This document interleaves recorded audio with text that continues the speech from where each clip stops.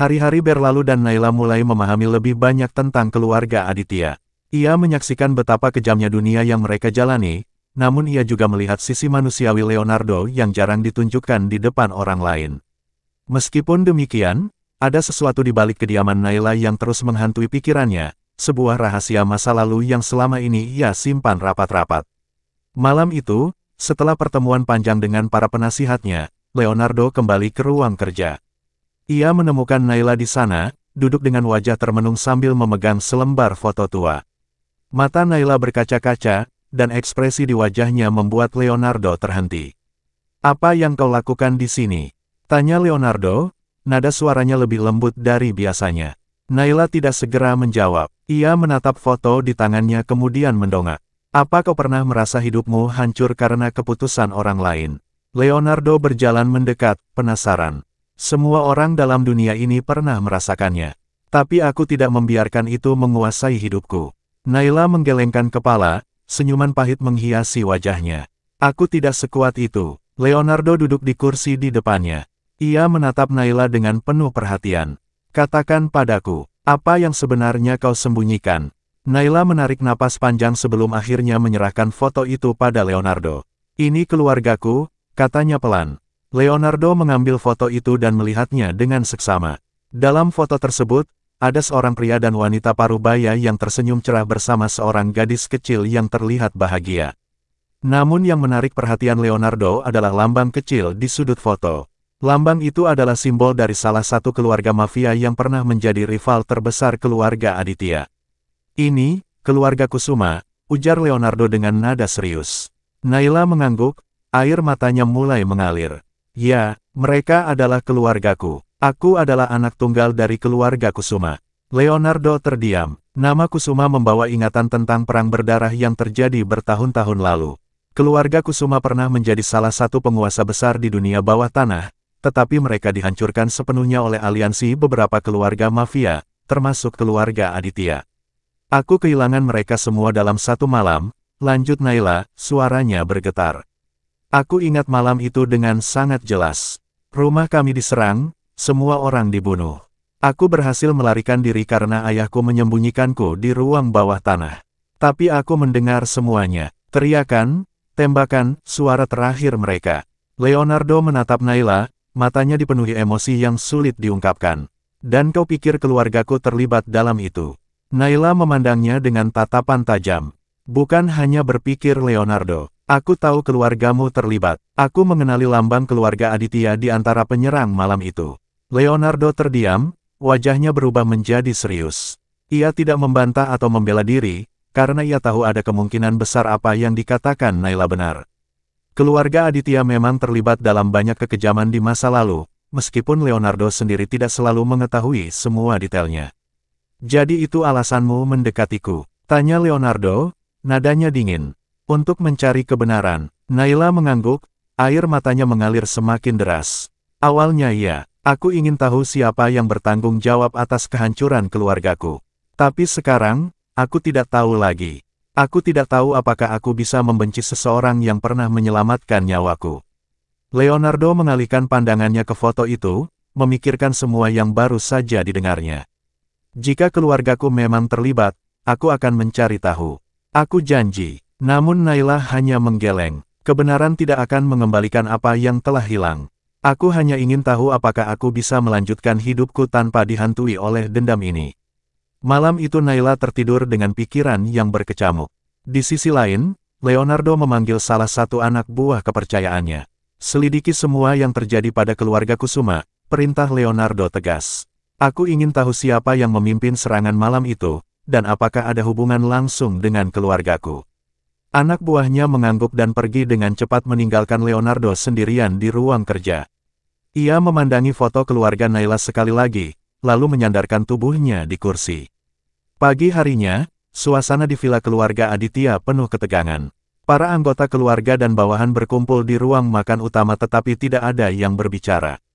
Di ujung meja, Leonardo duduk dengan tatapan serius, sementara Naila berdiri di belakangnya karena merasa dirinya tidak diinginkan. "Leonardo," kata salah satu pamannya Andri Aditya dengan nada tajam, "kau membawa orang asing ke dalam rumah ini, dan kau bahkan mempercayainya. Kau tahu itu adalah tindakan yang sangat berisiko bukan? Naila menunduk sedikit, mencoba mengendalikan emosinya. Ia tahu bahwa keberadaannya di sini tidak diterima oleh sebagian besar anggota keluarga. Leonardo menatap pamannya dengan dingin. Naila bukan orang asing. Dia menyelamatkan hidupku. Tapi kau tidak tahu siapa dia sebenarnya. Sela Andri sambil mengepalkan tangan di atas meja. Kau bahkan tidak menyelidiki latar belakangnya sebelum membawanya masuk. Kata-kata itu membuat Naila merasa seperti duri di dalam keluarga ini. Namun ia tetap diam, membiarkan Leonardo berbicara untuknya. Sudah cukup, kata Leonardo tegas. Aku tidak akan membiarkan siapapun meragukan keputusanku. Naila di sini karena aku menginginkannya di sini. Namun suara seorang wanita dari ujung meja membuat semua orang menoleh. Isabella yang sejak tadi diam sambil memperhatikan kini tersenyum tipis. Leonardo, aku mengerti mengapa kau merasa berutang budi pada Naila, katanya, suaranya terdengar lembut tetapi penuh sindiran. Tapi Andri punya poin yang valid. Dunia kita penuh bahaya. Kau tidak bisa begitu saja mempercayai seseorang hanya karena mereka menyelamatkan nyawamu. Leonardo menatap Isabella dengan tajam. Aku tidak perlu diajari bagaimana menjalankan keluargaku. Isabella mengangkat bahu, senyumnya tidak pudar. Tentu saja, ini keluargamu. Tapi sebagai seseorang yang peduli padamu, aku hanya ingin memastikan kau tidak mengambil risiko yang tidak perlu. Naila akhirnya tidak bisa menahan diri lagi. Ia memandang Isabella dengan tajam. Aku tidak punya alasan untuk mengkhianati Leonardo. Jika aku ingin melakukannya, aku tidak akan menyelamatkannya sejak awal. Isabella tertawa kecil, suara itu terdengar mengejek. Kita semua tahu bahwa niat seseorang bisa berubah Naila. Dunia ini punya cara untuk memaksa orang membuat pilihan yang tidak mereka inginkan. Sebelum Naila sempat membalas, Leonardo berdiri dari kursinya, mengakhiri diskusi. Cukup, semua orang kembali ke urusan masing-masing. Aku tidak ingin mendengar perdebatan ini lagi. Setelah pertemuan itu, Naila pergi ke taman belakang villa, dia mencoba menenangkan pikirannya. Ia merasa terjebak antara rasa syukur kepada Leonardo dan kenyataan bahwa keluarganya adalah bagian dari tragedi masa lalunya. Langkah kaki mendekat dari belakang.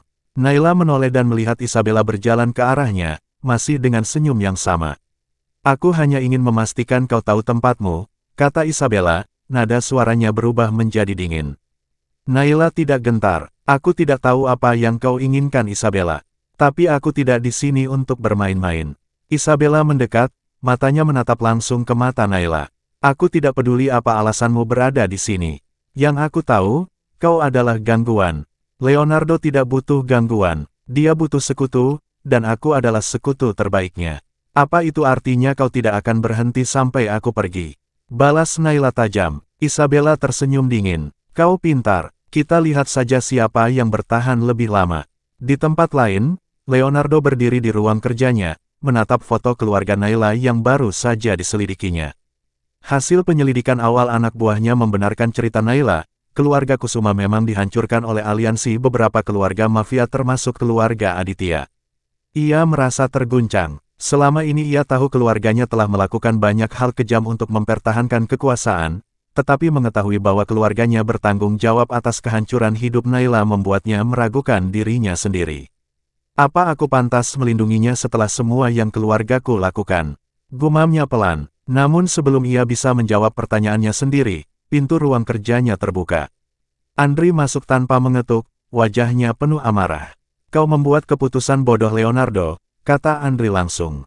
Jika Naila mengetahui lebih banyak tentang kita, dia bisa menghancurkan kita dari dalam. Leonardo menatap pamannya dengan dingin. Aku yang akan menanggung risikonya. Risiko itu tidak hanya menyangkut dirimu, balas Andri tajam. Kita semua yang akan menderita jika kau salah menilai orang.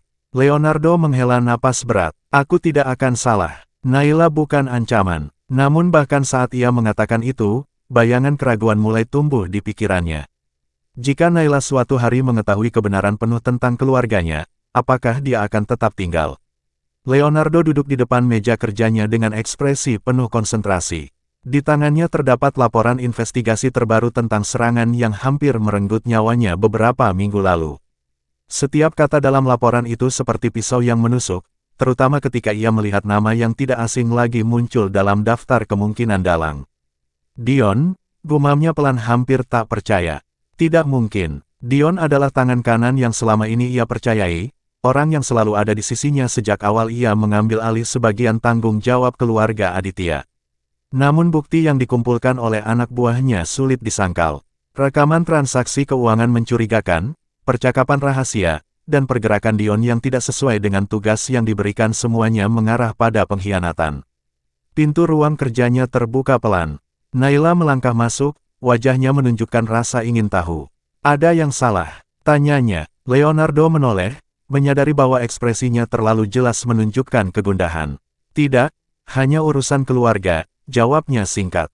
Namun Naila tidak mudah dibodohi. Ia mendekati meja, mencoba melihat laporan yang dipegang Leonardo. Sepertinya lebih dari sekadar urusan biasa, ujarnya. Leonardo menghela napas panjang, meletakkan laporan itu di meja. Ia tahu Naila bukan tipe orang yang akan menyerah begitu saja, apalagi setelah semua yang mereka lalui bersama. Seseorang yang sangat dekat denganku mungkin telah mengkhianatiku, katanya akhirnya. Mata Naila melebar. Dion, tebaknya hampir tanpa berpikir. Leonardo terkejut. Bagaimana kau tahu? Naila ragu sejenak sebelum menjawab. Aku memperhatikan dia sejak awal. Cara dia berbicara, gerak-geriknya, ada sesuatu yang tidak beres. Dia terlihat terlalu bersemangat untuk membuat keputusan besar, seolah-olah dia mencoba memanfaatkan posisinya. Leonardo mengangguk pelan, mengakui bahwa Naila memiliki intuisi yang tajam. Aku tidak ingin langsung menuduh tanpa bukti kuat, katanya. Tapi jika ini benar, dia akan menyesali hari dia memutuskan untuk melawan keluarga Aditya. Sementara itu, di sebuah gudang terpencil di pinggiran kota, Dion sedang berbicara dengan seseorang melalui telepon. Suaranya tenang, tetapi nada bicaranya menunjukkan bahwa ia sedang membahas sesuatu yang serius. Semua sudah berjalan sesuai rencana, kata Dion. Leonardo masih percaya aku sepenuhnya. Dia tidak akan menduga bahwa aku yang mengatur serangan itu. Di seberang telepon, suara seorang wanita terdengar. Bagus, kita hanya perlu membuatnya jatuh lebih jauh. Setelah itu, keluarga Aditya akan berada di bawah kendali kita. Dan Naila, tanya Dion, suaranya sedikit berubah. Dia hanya alat, jawab wanita itu dengan dingin. Jika dia mulai menghalangi, kita singkirkan dia juga. Dion mengangguk, meskipun lawan bicaranya tidak bisa melihat. Aku mengerti, tapi beri aku waktu. Leonardo terlalu pintar untuk dikhianati secara terang-terangan. Telepon terputus, meninggalkan Dion sendirian di ruangan itu.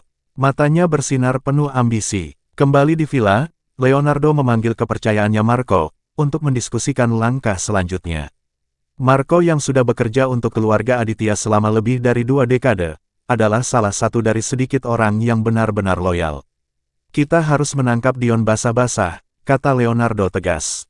Aku ingin tahu sejauh mana dia terlibat, dan siapa saja yang bekerja dengannya. Marco mengangguk. Aku akan mengatur pengawasan lebih ketat. Tapi ini langkah yang berbahaya. Jika Dion menyadari kita mencurigainya, dia bisa bertindak lebih cepat. Itu risiko yang harus kita ambil, jawab Leonardo. Keluarga ini tidak bisa bertahan jika pengkhianat ada di dalamnya. Naila yang mendengar pembicaraan itu dari balik pintu, merasakan perasaan campur aduk. Di satu sisi ia ingin membantu Leonardo, tetapi di sisi lain ia khawatir pengkhianatan ini hanyalah awal dari sesuatu yang lebih besar. Beberapa hari kemudian, Leonardo mengadakan pertemuan kecil dengan para pemimpin kepercayaannya, termasuk Dion. Ia ingin melihat bagaimana Dion bereaksi ketika beberapa informasi palsu diberikan. Marco menemukan bahwa salah satu keluarga rival sedang mencoba mendekati kita melalui saluran ilegal, kata Leonardo, matanya menatap tajam ke arah Dion. Aku ingin kalian semua menjaga informasi ini dengan ketat. Tidak boleh bocor ke siapapun. Dion tetap tenang, tetapi Leonardo tidak melewatkan sedikit pun perubahan pada ekspresinya. Dion terlihat sedikit kaku, seolah-olah sedang memproses sesuatu. Siapa target kita? Tanya Dion mencoba terdengar netral. Belum pasti, jawab Leonardo. Tapi aku akan memberitahumu jika waktunya tepat. Setelah pertemuan selesai, Leonardo dan Marco mengamati reaksi Dion dari jauh. Beberapa jam kemudian, Marco melaporkan bahwa Dion terlihat melakukan panggilan telepon rahasia. Aku yakin dia sudah bergerak, kata Marco. Leonardo mengangguk. Biarkan dia berpikir bahwa dia masih unggul. Saat dia mengungkapkan semua kartunya, kita akan menyerangnya tanpa ampun. Malam itu Naila kembali ke ruang kerja Leonardo. Apa kau yakin bisa menangani ini sendiri? Tanyanya. Leonardo menatapnya, bibirnya melengkungkan senyum tipis. Aku selalu menangani pengkhianatan dengan caraku. Tapi jika kau ingin membantu, pastikan kau tetap berada di sisiku. Aku tidak bisa membiarkanmu terlibat terlalu jauh. Naila mengangguk, tetapi dalam hatinya ia tahu bahwa badai besar sedang mendekat. Dan saat itu tiba, tidak ada yang akan keluar tanpa terluka. Malam itu terasa sunyi, terlalu sunyi untuk ukuran villa megah keluarga Aditya. Leonardo duduk di ruang kerja, memandangi foto-foto lama keluarganya yang terpajang di dinding. Namun, pikirannya tidak tertuju pada nostalgia, melainkan pada perasaan tidak nyaman yang terus menghantuinya selama beberapa minggu terakhir. Dion, tangan kanannya yang selama ini ia percaya, semakin menunjukkan tanda-tanda tidak setia. Kriit. Pintu ruang kerja terbuka perlahan. Marco masuk membawa sebuah amplop tebal. Ini laporan terbaru, katanya sambil meletakkannya di atas meja. Leonardo membuka amplop itu dan membaca isi laporan dengan teliti. Setiap kata dalam laporan itu seperti menamparnya. Bukti-bukti tentang keterlibatan Dion dalam serangan sebelumnya semakin menguat. Bahkan, ditemukan jejak transaksi antara Dion dan Isabella Al-Ghazali, wanita yang baru-baru ini mencoba mendekatinya dengan alasan membangun aliansi keluarga. Kau yakin dengan ini? Tanya Leonardo meskipun ia tahu jawabannya. Marco mengangguk. Kami memeriksa semuanya 2 kali. Dion bekerja sama dengan Isabella untuk menjatuhkanmu. Sepertinya mereka juga menggunakan Naila sebagai pion untuk memecah fokusmu. Mata Leonardo menyipit. Naila, belum ada bukti pasti bahwa Naila terlibat langsung, kata Marco cepat. Tapi fakta bahwa Isabella berusaha mendekatkan dirinya padamu saat Naila ada di sini, mungkin mereka mencoba memanfaatkanmu melalui wanita-wanita ini. Leonardo terdiam. Ia tidak bisa memutuskan apakah harus mempercayai instingnya terhadap Naila atau laporan yang kini ada di hadapannya.